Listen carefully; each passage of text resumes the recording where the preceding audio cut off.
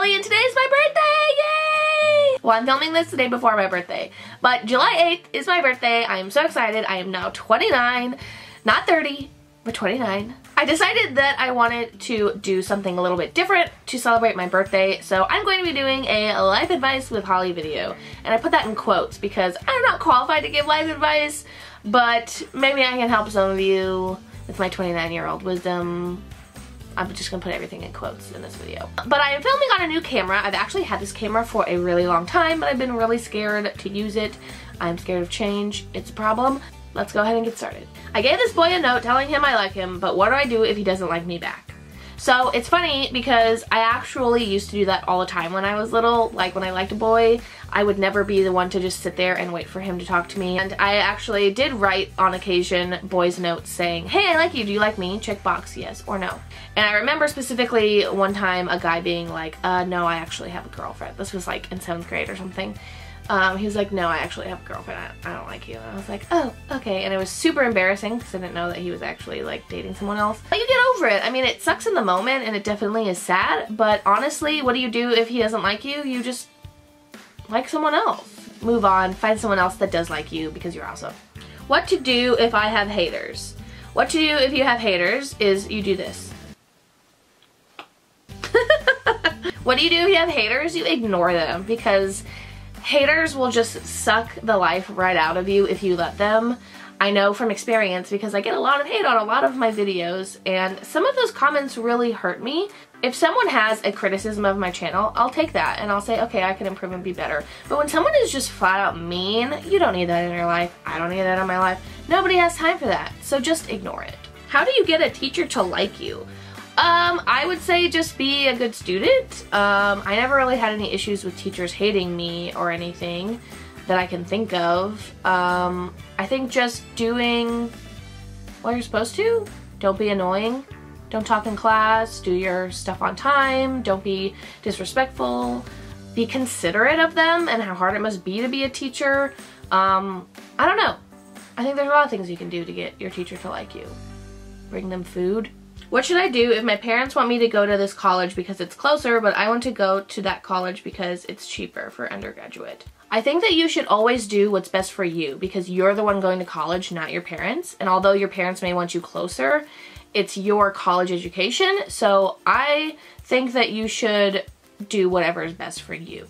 I think most parents probably want their kids to be close to home, but college is the time for you to really come away from your parents, become who you are, be independent, and just live on your own. And so I think that it's important that you do what you want to do and not necessarily go to the school that's closer to your parents if you don't want to. What do you do if some of your friends are slowly drifting away from you but you don't want them to? If you don't want your friends to drift away, then I would say to talk to them, see if there's something that's going on. Maybe there's something going on in their life that you don't know about. Maybe they're going through something and they just need some space. I think the best rule always is to communicate.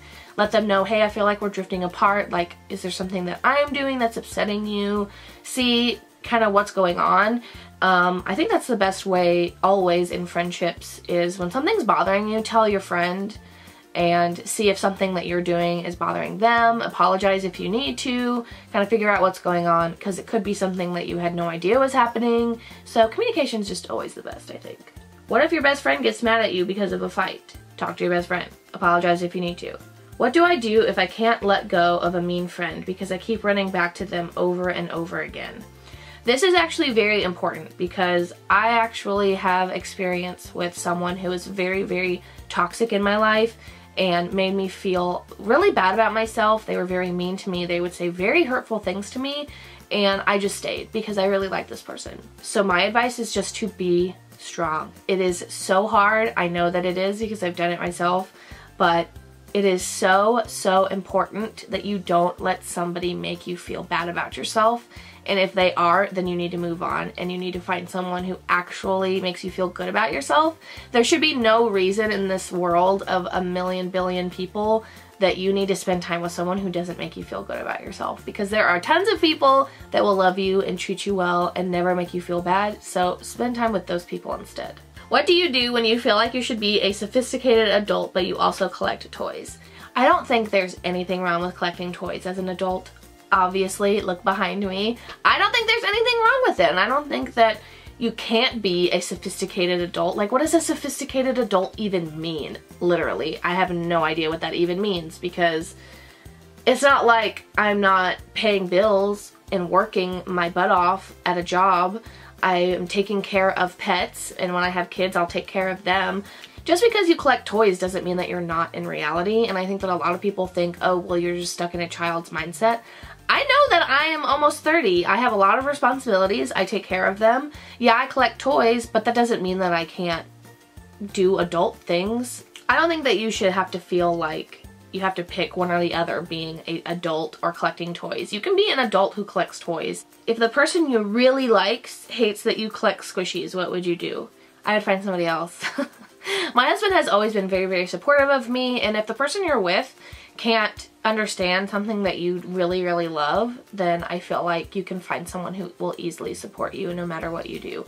A partner should always support you in what you do. If I saw that my husband really, really, really loved to collect something, then I wouldn't be like, that's stupid. I would be supportive, because when you love somebody, you support what makes them happy. What is your real name? Holly?